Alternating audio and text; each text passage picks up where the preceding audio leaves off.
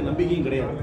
Railway திட்டங்களில் வந்து நீங்கள் கேட்ட கோரிக்கைகளை நிறைவேற்றலை நீங்கள் சொல்லுங்க. ஆனால் சூழ்நிலேசன் துறை வைக்கோ இவங்கெல்லாம் எங்களுக்கு சில கோரிக்கைகள் நிறைவேற்றாங்க. ட்ரெயின்ஸ் பண்ண விட்டுருக்காங்க. இப்போ கூட நான் கேட்டேன், ஒரு ட்ரெயின் விட்டுருக்காங்க, சில ட்ரெயின் விட்டுறாங்க. மேஜர் ஸ்கீம்ஸ் வந்து ஒன்றும் அப்படியே கொடுக்கறதுக்கு பவர்ஸ் கிடையாது. சில அவங்க வந்து இதெல்லாம் பை சான்ஸ் நடக்குது, ஸ்பெஷலாக ஒன்றும் பண்ணுறதில்ல. அவங்களுடைய ஒரு மாஸ்டர் பிளானை வச்சுக்கிட்டு அதுக்குள்ளே பண்ணுறாங்க. அவங்களோட இன்ட்ரெஸ்டே வந்து சென்ட்ரல் கவர்மெண்ட் வந்து என்னன்னா ஃபாஸ்ட் ட்ரெயின்ஸ் பிட்வீன் சிட்டிஸ் விடணும், ஸ்மால் ஸ்டேஷனில் ட்ரெயின் நிறுத்த முடியாது. அப்படி பார்த்தாக்கா இப்போ வந்து காரைக்குடி ரயில்வே ஸ்டேஷன் தான் மேம்படுத்திட்டு இருக்காங்க. அந்த ஸ்கீம் மூலமாக அமிர்த் பாரத் ஸ்கீமாக பண்ணுறாங்க. ட்ரெயின்ஸ் வருது, ஆனால் நான் கொடுக்குற எல்லா கோரிக்கைகளையும் பேசஞ்சர் ஃப்ரெண்ட்லியாக, ஸ்மால் டவுன் வில்லேஜ் பேசஞ்சர் ஃப்ரெண்ட்லியாக நடந்துக்கிறாங்களான்னு கேட்டால் இல்லைன்னு தான் நான் சொல்லுவேன். அவங்க ரெண்டு பேருக்கும் ஏன் கோரிக்கை வருதுன்னா, ஒருத்தருக்கு மதுரை ஊர், இன்னொருத்தருக்கு திருச்சி ஊர்.